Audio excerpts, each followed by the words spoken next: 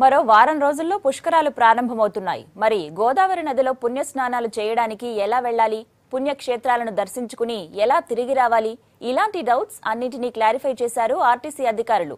Special గా బస్సులు నడిపేందుకు ready అయ్యారు.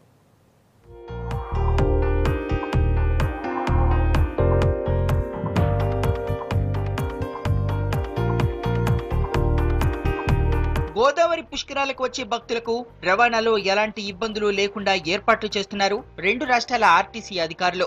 రాష్ట్రం నలుమూలల నుంచి పుష్కర ఘాట్లకు 3770 బస్సులు నడపనున్నారు.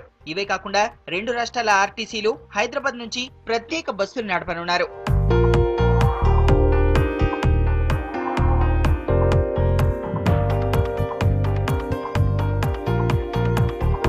తెలంగాణ జిల్లాల నుంచి దాదాపు 2 కోట్ల మంది ప్రయాణికులు పుష్కరాలకు వస్తారని అధికారులు అంచనా వేస్తున్నారు.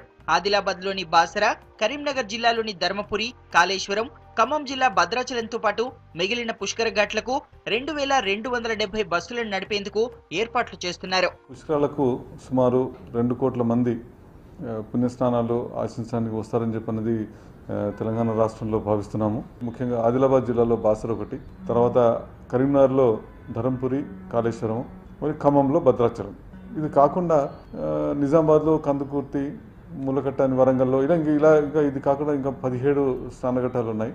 వీటన్నిటికి కూడా ఏంటంటే మనము దాదాపు బస్సులన్నీ కూడా దీనికి ఒక ప్రణాళికబద్ధంగా ఒకటి కార్యక్రమం అనేది రూపొందించడం జరిగింది. 2270 బస్సుల్ని ఆర్టీసీ వారు నడపదలిచారు. దీనికి ఏపీఎస్ఆర్టీసీ కూడా పుష్కరాలకు రెడీ అవుతోంది. ఏపీలోని జిల్లాల నుంచి 1500 బస్సులను, హైదరాబాద్ నుంచి 300 బస్సులు నడపనున్నట్టు చెప్పారు అధికారులు. రాజమండ్రి, పాలకొల్లు, కొవ్వూరు, నిడదవోలు నుంచి నదికి ఉత్తర దక్షిణ ప్రాంతాలకు ప్రత్యేక బస్సులు ఏర్పాటు చేస్తున్నారు. పుష్కరాల కోసం టెంపరరీగా బస్ స్టేషన్లను రెడీ చేస్తున్నారు.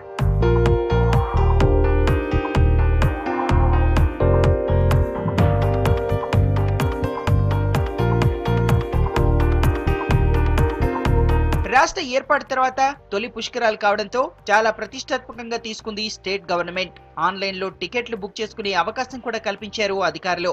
అయితే స్పెషల్ బస్సుల్లో ఛార్జీలు కూడా స్పెషల్ గానే ఉంటాయని చెబుతున్నారు అధికారులు.